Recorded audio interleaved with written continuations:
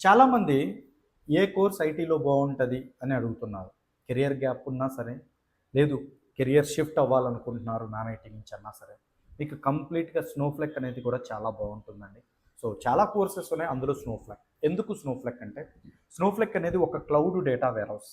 ఈ స్నోఫ్లెక్ అవసరం ఎలా ఉంటుంది అంటే, ప్రతి ఒక్కరూ ఈ స్నోఫ్లెక్ డేటా వేర్‌హౌస్‌ని కనెక్ట్ అయ్యే డేటా అనాలిటిక్స్ క్రియేట్ చేయాలి. మీకు అందరికీ తెలిసిందే డేటా అనాలిసిస్, డేటా అనాలిటిక్స్ ఎంతో బూమింగ్ ఉందని. డేటా సైంటిస్ట్ కూడా చాలా బూమింగ్ ఉందని. సరే వీళ్ళందరికీ డేటా సోర్స్ ఎక్కడి నుంచి వస్తుంది? ఖచ్చితంగా అది స్నోఫ్లెక్ లాంటి డేటా వేర్‌హౌసెస్‌కే.